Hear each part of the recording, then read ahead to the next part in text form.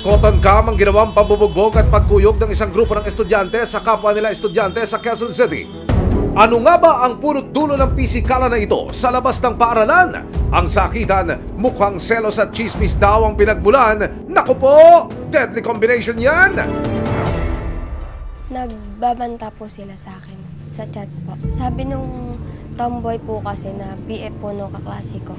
Sabi niya po sa akin, bukas saan tayo magkita pagpasok mo, sabi niya, antayin kita bukas. Sinasabi niya daw po doon sa mga kaklase ko po tsaka sa president namin na nagkating daw po ako tapos uminom daw po ako tapos pumunta daw po ako sa bahay ng BF niya. Hindi naman po ako nagkating noon. May sakit po ako that time. Tapos yun po nung nag-chat po ulit na mag-usap daw po kami sa labas nung uwian po. Tapos sabi ko po, sige, makikipag-usap ako ng maayos. Tapos po, nung paglabas po namin ng gate nung kasama ko, nandun na po sila. Tapos sabi po niya, di ba mag-uusap tayo, sabi niya po. Tapos yun po nung biglang umulan. Nagulat po ako nun, bigla niya akong hinatak. Hindi na raw malaman ni Hazel kung ano ang gagawin habang pinagtutulungan siyang gulpihin ng grupo. Masakit po kasi po yung sarili ko nga pong pamilya, hindi ako sinasaktan.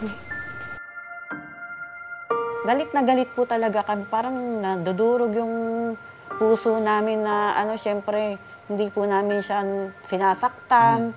Tapos makikita namin sa ibang tao, ganyan ang gagawin nila. Kasi po nung time na yun, feeling ko po babagsak na yung katawan ko. Kala ko nga po nun bumuka yung opera ko. Tapos yun po nung time na po yun, iniisip ko baka hindi na ako makauwi. Hindi ko na makita yung buong pamilya ko. Pero ang bangungot ni Hazel, natapos din nang tumigil ang isang tricycle driver sa harapan nila para umawat. Pinagtutulak niya po una yung bumabanat sa akin. Tapos po, hinatak niya po ako patayo. Tapos nung time na po yun, sabi ng driver, pumasok ka na sa tricycle, ihatid kita sa barangay, sabi niya. Nagtungo ang resibo sa pinangyarihan ng gulo. Dito namin nakilala ang umawat na tricycle driver na si Isagani. Dito na po. Pauwi na po ako nang sinundo ko rin yung anak ko eh. Nakita ko po, kala ko nag-aarutan lang sila.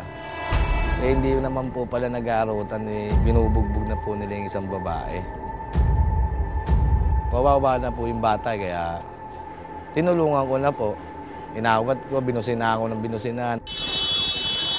Hanggang tumigil. Yung ibang tropa po, tinulungan na rin po nila ako para maawat. Dito po kasi makita nyo, inuuntog yung ulo, sinusuntok. Kawawa talaga, ma'am. At habang inaawat ang grupo, nakita raw niyang may hawak palang screwdriver. Ang isa sa mga nanggulpi kay Hazel, ang rambulan, muntik na palang mauwi sa gripuhan. Tinapon nila kasi hawak na namin sila parehas kabilaan. Kaya yung magpaawat, pinigana namin po yung mga kamay para lang mahinto sila. Siguro may sobrang galit nila. Malay mo, matuloy nila yung masaksak na yung bata. Dinala rin agad sa barangay hall si Hazel at ang 8 estudyanteng lambugbog sa kanya at ang screwdriver na hawak ng isa sa mga bumanat kay Hazel. Naitago pa ng kanilang Violence Against Women and Children o VAUSI officer. Tinanong ko po kung para saan itong bit-bit niyang screwdriver. Ang sagot po ng bata sa akin, ito ay pananakot lang daw niya, hindi naman po daw niya ito itutuloy na isaksak doon sa biktima. Siyempre ma'am, natakot. Kasi paano kung mga minor yun, paano yung emosyon nila, di ba? Yung emosyon nila, hindi na nila makontrol yung emosyon nila. At yung biktima, mapuruhan, di patay. Sinubukan daw pag-ayusin ang dalawang panig doon pero desidido ang pamilya ni Hazel na ituloy ang kaso.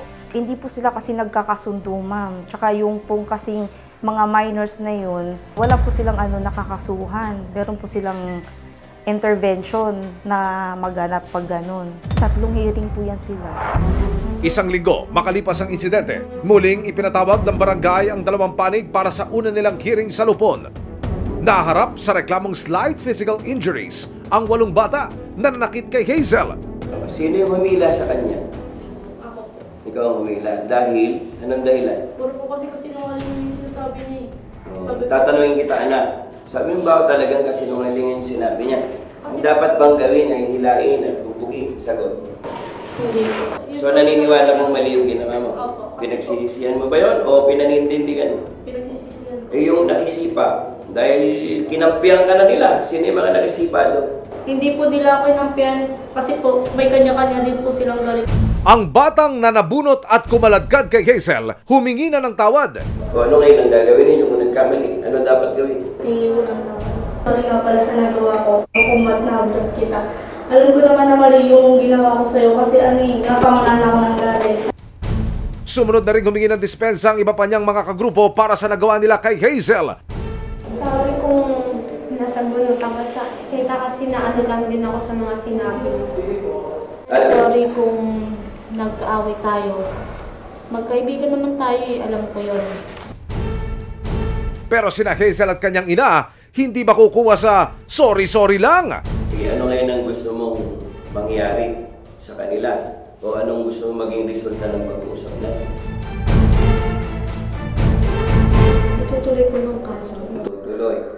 Sa kabila ng paghingi nila ng paumanin. Mrs. ano po ang inyong pasya? Itutuloy ko po yung kaso. Wala nung pagkakataon. Wala na po. Sana kasi pamangkin ko po 13 years old. Sana po patawad niyo po siya kasi pati po yung kahit anong sabi mo sa amin na patawarin yung mga anak ninyo, syempre, masakit bilang magulang. Masakit talaga, sobrang sakit ang ginawa ng mga anak nyo. Pero saktan yung anak, hindi namin ginagawa yan ate sa kanya. Alam niya yan.